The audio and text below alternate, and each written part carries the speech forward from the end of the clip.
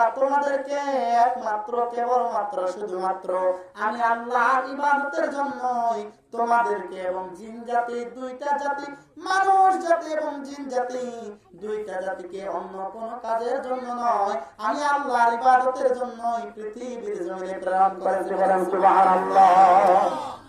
ভাইরা আমার, বন্ধুরা আমার, আল্লাহ রাব্বুল আলামিন যদি আপনাকে এবং আমাকে শুধু তার ইবাদতের জন্য সৃষ্টি করে, এখন বলেন ইবাদত সব সময় করতে হবে কার? আল্লাহ বলতেছেন আমি তার অন্য কোনো কাজের জন্য বানাইনি।